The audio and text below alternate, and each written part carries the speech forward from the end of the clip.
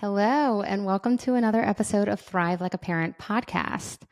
Today, I am going to be talking about when you are triggered by mess, because so many are, and it is such a point of contention within the household. And, you know, I want to preface this by saying that I talk about low registration and not regulating or not recognizing all the clutter around us.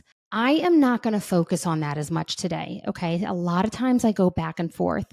Today is just simply for those of you who are so triggered by all the mess. Now, I got to tell you, as I was prepping for this, and I usually give you a personal story, I was literally triggered by all the mess last night because there was stuff everywhere. Eli has been home for a week or so after his tonsil surgery, and I can't tell you how much, I'm laughing because I feel guilty that I'm admitting this, but I can't tell you what a clean floor does for me emotionally and mentally. How satisfying it is to see a clean house. Now, what I've done in my house in particular is my kids' rooms are upstairs. They've got the playroom. That is their, keep the toys up there. And downstairs is the family area. And so mom gets to decide what that looks like. But it's A, of course, not always like that. And B, for me, I am for sure one of those where mess is absolutely triggering to my nervous system. Now, I'm going to go in today into why it's triggering for your nervous system.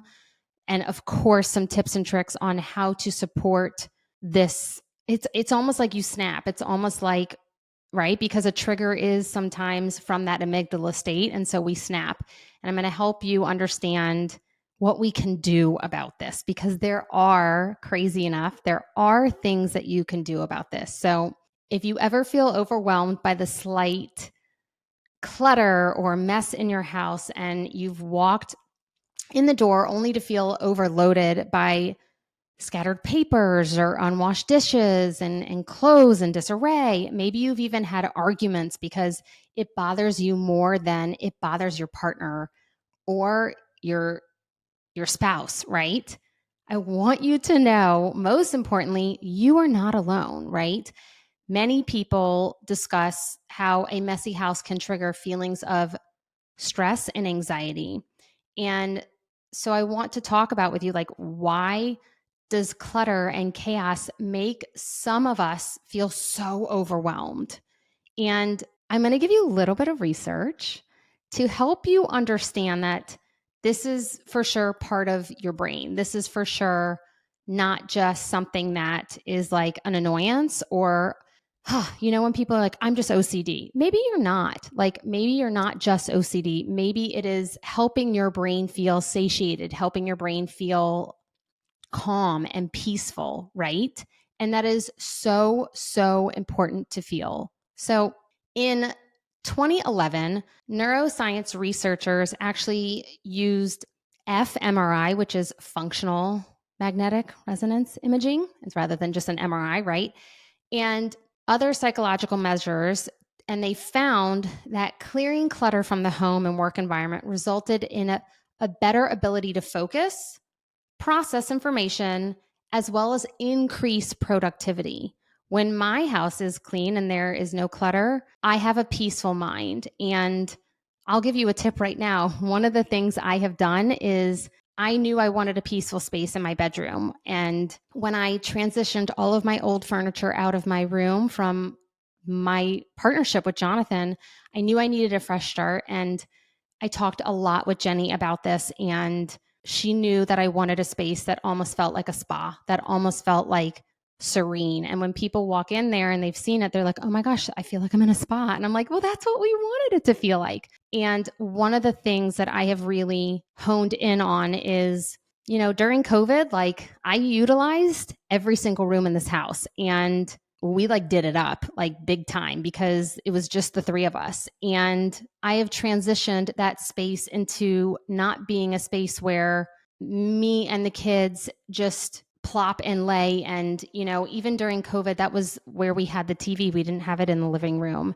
And that was so that we could have like movie nights. Trust me, I've moved furniture crazy enough, more than you can imagine in this home. But I've really made that space my sanctuary. And so I'm going to hop into one simple tip, which is make a space, whether it's your bedroom or maybe your home office, or maybe you have a little tiny corner or a nook or something. Make a space in your home your like Hail Mary, if you will, right? I have a bench in my bedroom, and I have made sure not to utilize that bench as like a throw and go, because when I was growing up, if my mother was on this right now, she'd be like, oh yeah, let me tell you. But when I was growing up, I would make piles like no other.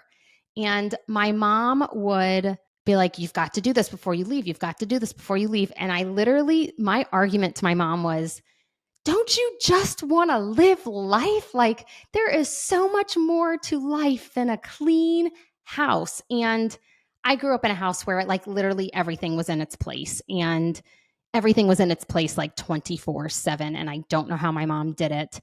And it was like my bed was like, and my bedroom was like a beautiful bedroom, but the sheets were kind of itchy. But my mom was also an interior designer. So like she didn't really care because it just looked beautiful, right? So I grew up in a really beautiful, clean home. And I for sure had times in my life where I would just throw and go. And that's kind of what I'm talking about also, is like the low registration piece that we're clearly not going to talk about today, of like, it didn't bother me at that time in my life. And there's been certain times where it still doesn't bother me in my life. And I can recognize that I'm a little bit heightened in those moments. Now, the other caveat to that is a lot of times the clutter drives us crazy when we are heightened, okay? We feel a sense of out of control or lack of control. And when you have a 3-year-old and a 2-year-old, they have no idea how to support your nervous system in terms of clutter. They don't understand. So all of the toys, right? Like, not everyone has, a downstairs den like I do, and then a little loft area outside of my kids' room. That's a bonus room. That's a playroom. I used to have a house that was all in one. And so I had a piece of furniture where I would shove it all in this piece of furniture, all the toys. But of course, birthday parties happen, and Hanukkah, and it just started, like, it literally grew like the stuff grew. It's like those stack of papers that your child comes home with, and they're like, look at my work, mommy. And you're like, oh yeah. And then like the next day you turn around and it's like, I don't need their math sheet, right? I keep the beautiful artwork, but I don't need all of this. So like, I'm going to pitch it when they're not looking, right? Like, it just begins to get so overwhelming, and it can, right? So mess makes us anxious, right? Mess makes us really irritable. Mess can make us snap. Mess can increase our heightened state into that slight, like, I'm going to call it low tone fight or flight. And it can really put us in such a mood that we get even resentful and angry at our partners. And maybe one, like I said earlier, one of us does it and one of us doesn't. And that is where we fall into the trap of feeling disconnection from our partner, right? And so there are things that we can do to support the entire family, and I'm going to share those with you in a few minutes, to make sure that we're getting what we need individually to feel that peace and calm. The state of cleanliness for some brains helps you feel like you have structure, stability, and control, which I always talk about, but that helps you feel like you have that within your life and within your brain. And when you do have that, we are able to then be more productive, be in the creative brain mode, be able to really push ourselves to be more productive and enjoy our life a little bit more, right? So why does mess leave us so stressed? Okay, I'm going to talk to you about 8 different ideas, and you might be like, oh yeah, that's me. So clutter bombards our minds with excess stimuli. Okay, so think of it visually. That's like the number one. Okay, that's why we're getting triggered. Yeah, maybe there's more smell in the house, or maybe there's dirt on the floor, right? And it causes our senses to work overtime on stimuli that aren't necessarily important, okay? That's number one. Number two is clutter distracts us by drawing our attention away from what our focus should be on. So our eyes are trying and our senses are trying to deal with so much that's going on within our world that we can't really focus on the necessary thing or even be present with our children. Or if there's like Legos, like my playroom is often, there is literally Legos over the entire surface area. And it is like, whoa, a bomb went off in here. And it might be hard for someone like me who now really values that peace and calm to go and play with my kiddos up there.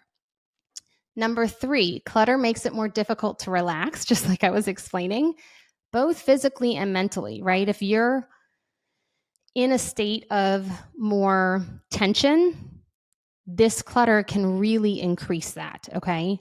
Now, number four is clutter constantly signals your brain that your work is never done, okay? So, for instance, this weekend, we did a lot of cooking rather than eating out. So I had to do dishes. I had to put away the dishes. Then there were more dishes piled up in the sink. And then it's like a never ending thing. But, especially like I said, we used every single room during COVID. The one thing I needed at the end of the night was a clean counter in the kitchen.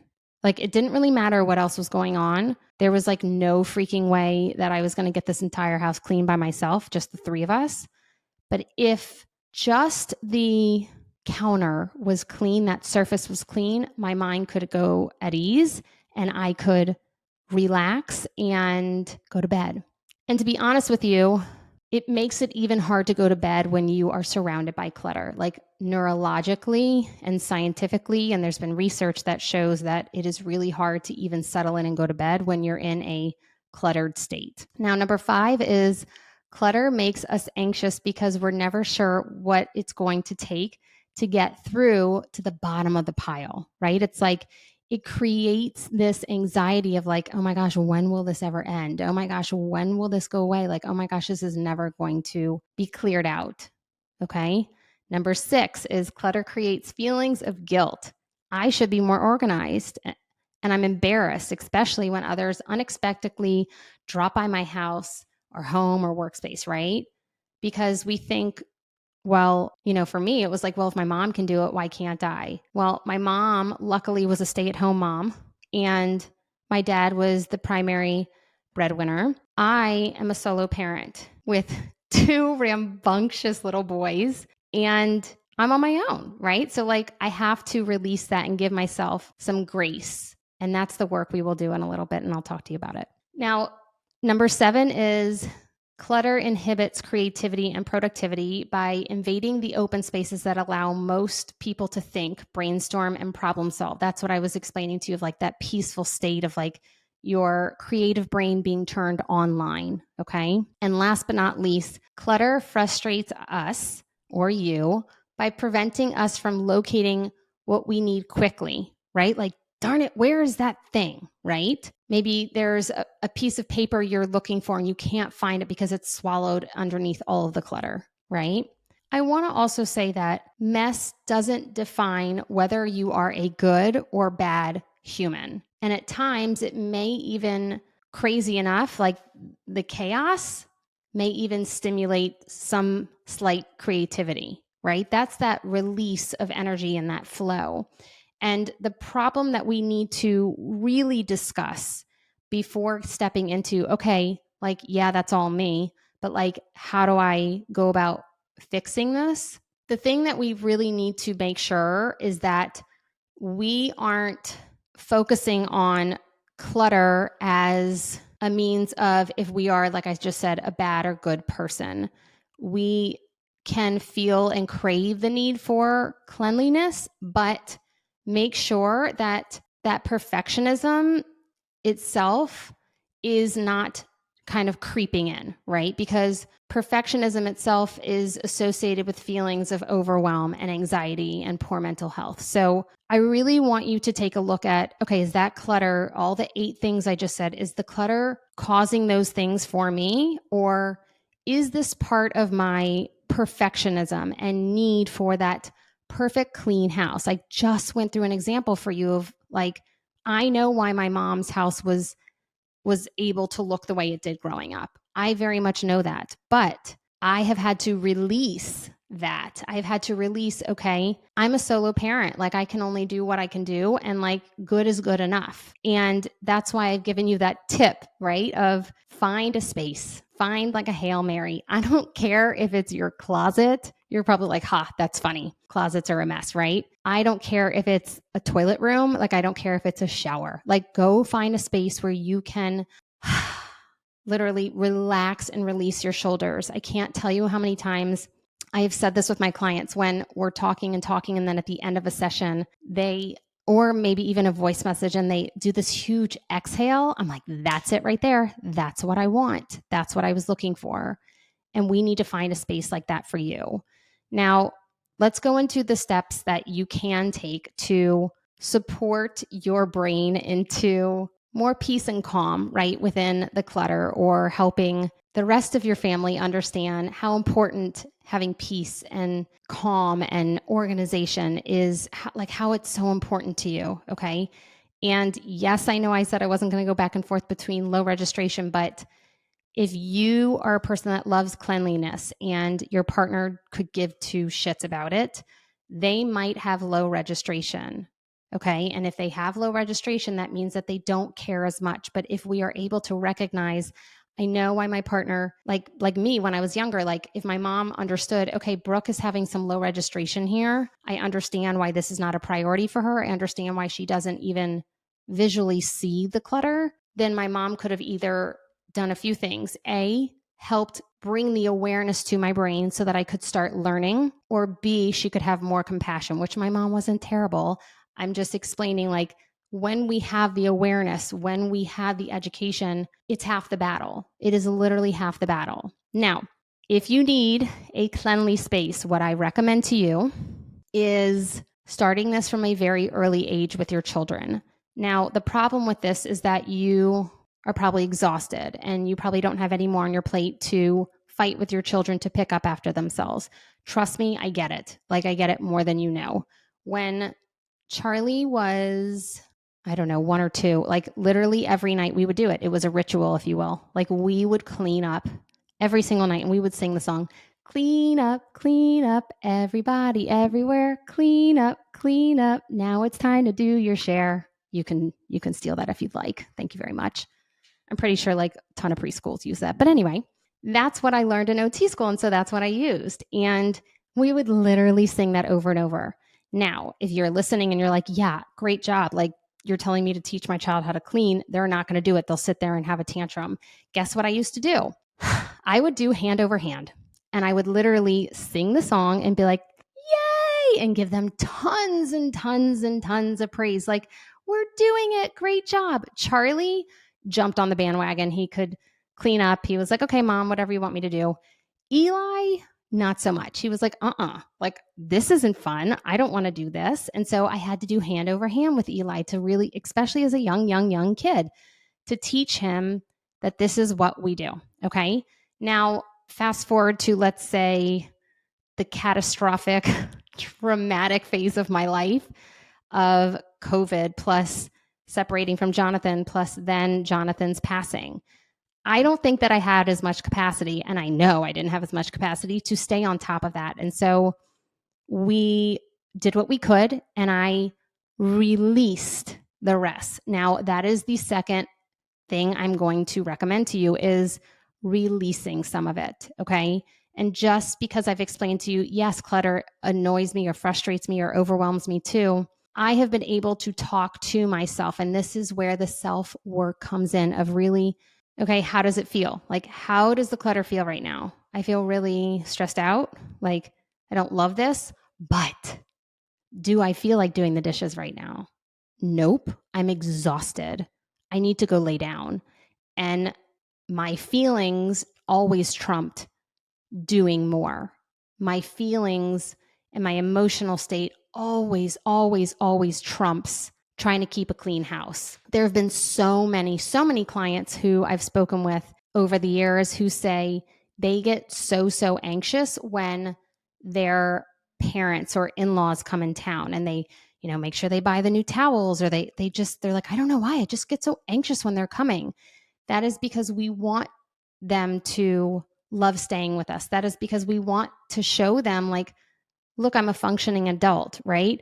Our parents have put so much effort and love and work into us that it's our turn to feel like we have accomplished, right, our life. And we have made some accomplishing goals within our life of, yeah, I can keep this household together. Like, I can actually do this just like you. I will never forget that my mom used to, especially in New Orleans, she would come over and be like, hey, Brooke, like that light, did you know that light was out? And I would get so defensive. Like, it was before I did any work on myself. I would get so defensive. And I was like, I need you to stop telling me what's wrong with my house. Like, I need you to just let it go. And she was like, okay. Like, I thought I was just helping. And that's all she was doing. One time she came here in the thick of it and she was like, Brooke, this towel's I think we need to get you new towels. And I was like, okay. Well, like, wash it, or like, just like order another towel. Like, okay. Because I didn't have the capacity to do that at the time. Right. And so when I was even defensive, probably in New Orleans, and my mom would just say, hey, da, da, da, da, da, I had to release it. And so that's why I got the, okay, great. Like, should we just wash the towel, or like, do you want to get a new one, or like, what do we need to do? I want you to get to the place where you can release a little bit of that perfectionism of, if my house is not perfect and tidy for my guests or for my loved ones, that does not make you a bad person. That does not make you broken. That does not mean that you are not doing a good job. And if your family turns their nose up or gives you the stink eye, or is like, right? Like, it is okay to just simply be like, that's where I'm at. Like, that's all I can do. I am doing a great job. I am doing enough. And for today, like, this is enough. So releasing some of that perfectionism, releasing some of that energy of needing everything to be clean and tidy and all of the time. Now, the third one I'm going to give you is actually for older kids, if you will. I've kind of given you an example of what to do when your kids are younger to start those routines now. But if you're like, great, I missed my shot, like my kids are 8 and 10, right? Like, what help me? Like, what do I do now? I want you to know that you are not responsible for all the responsibilities in your home. I might have to repeat that. You are not responsible for all the responsibilities in your home. It is okay to place responsibility on your children.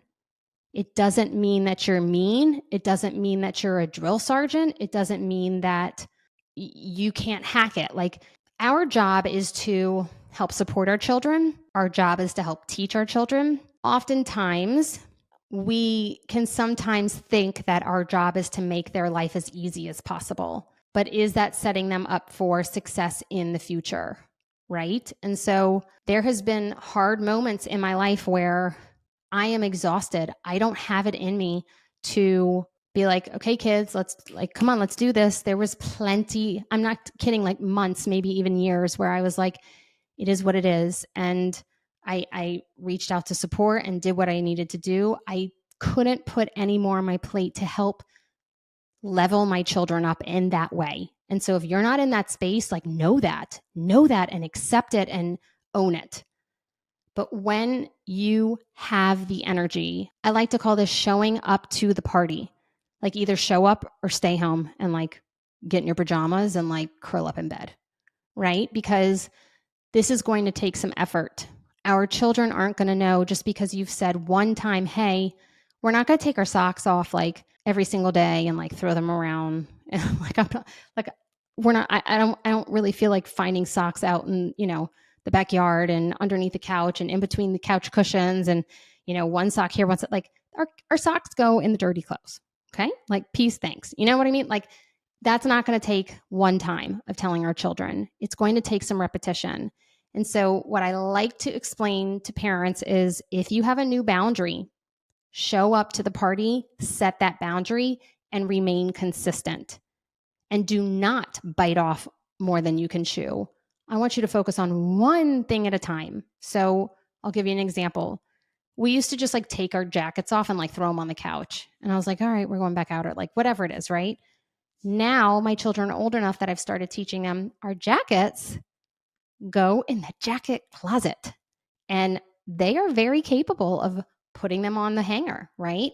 Or our baseball backpacks, right? Like our cleats stay in the garage and we have hooks for the backpacks. And like, then we know where they are, right? And it can be something as little as taking your backpack out of the car or taking all the things you brought in the car, taking it out on your way out, rather than just like letting your car be a dumpster pile. Mine surely has been that in the past. No joke. But I want you to focus on one thing at a time. So let's say it is, I don't know, the jackets everywhere, okay? Or like putting dishes in the sink, let's say. It doesn't have to be in the dishwasher. Like, let's just start with the sink, like clearing our plate and putting in the sink. That's the one thing we're going to focus on. We're not going to like rip our family to shreds of like, you're not putting your coat away and your crap is all over the floor and you're not putting the dishes in the sink. And like, we may have a triggered meltdown over here as a parent, but that's too much for our children to bite off. Okay. So we're going to focus on one thing. And the way that you decide what's the one thing that you want to focus on is the thing that irritates you the most. And that within my soul is like, okay, I know it's time to level up. Like, I know it's time to focus on this because I don't want to do it anymore. And I know they're capable of it. And this is the one thing that's irritating me. And little by little, you will chip away to the point where they're 18 and ready to move on with their successful lives, right? Like, it will literally be until they're 18, but you can do it little by little by little, and very slowly you will see the backpacks start to be on the hooks, and you will see the plates start to be placed in the sink or the dishwasher, right? It becomes automatic. That is what I've discussed with you about every boundary that you set. We have to train the brain for it to become automatic so that they then have more space to learn other things. But everything that we teach them, hey, put your shoes over here, or our dirty clothes goes in the basket, or it's time to learn how to put our clothes away. Mommy folded them for you. That's the one we're doing right now. So we fold clothes and then the basket goes upstairs and they have to put it in their drawers by the end of the evening before they go to bed. And so that's the one thing we're working on right now. And it is okay to do this step by step by step. And so as we kind of close this out, I want to recap a little bit for you to help you know once more that clutter and that overwhelming cognitive overload is so normal, right? When you're surrounded by distractions, your brain is essentially becoming a battleground for attention, and everything competes for our focus, right? The brain, as it turns off, really prefers order and single tasking over multitasking. I know the world requires us to multitask, but the brain really prefers single tasking. And order really helps reduce that competition of our attention and reduces that mental load. And while some people might be a little bit better than others at ignoring all those distractions, which is that low registration, that's a positive of low registration, distractible environments can overload your cognitive abilities, capabilities, and even memory. But not all mess is a problem. And the reason I'm saying that and reminding you of that is because of that perfectionism, right? Because if that doesn't look that messy to you and you've had it like that for months, but your family's coming in town and you're like, right? That means that it's not that important to you, and it is okay to release some of this. And so what are we going to do in those moments? Like I explained, we're going to take a deep breath. We're going to release our shoulders ask ourselves how we feel. And if we don't feel like cleaning up the clutter, we're not going to clean up the clutter. We're just going to recognize that it's there, but we're also going to recognize that we need something more, which may mean rest. And lastly, I know I've already said this, but I'm going to say it again. The cleanliness of your space, the cleanliness of your house does not equate to your worth, does not equate to how great of a job you are doing. It does not. Do some require or need more organization than others? You bet. I got to tell you, one last example. My dad knew where everything was on his desk at work. Everything. And if anyone came in and organized his desk and put the papers in a pile or a stack, he would be so upset because he then was like, I have no idea where any of my shit is. And so that's an example of some have more creativity and some work better in environments like that. And especially if you have a partner like that, understanding that is key. But cleanliness and organization and the way you keep your home does not equate to your worth. My dad is a wonderful entrepreneur who has been very successful in his life. And he did it with a really, really, really unorganized desk. And that's just the way he functions. And that's okay. So I hope this was helpful. I would love nothing more than to hear your thoughts in the reviews. If you could give us a rating and let us know what you're liking about this podcast. And you can also DM me with any private comments that you want to tell me about, or maybe anything you want me to talk about on here. I would love that so much. And until next time, thank you so much for being here. XOXO, Dr. B.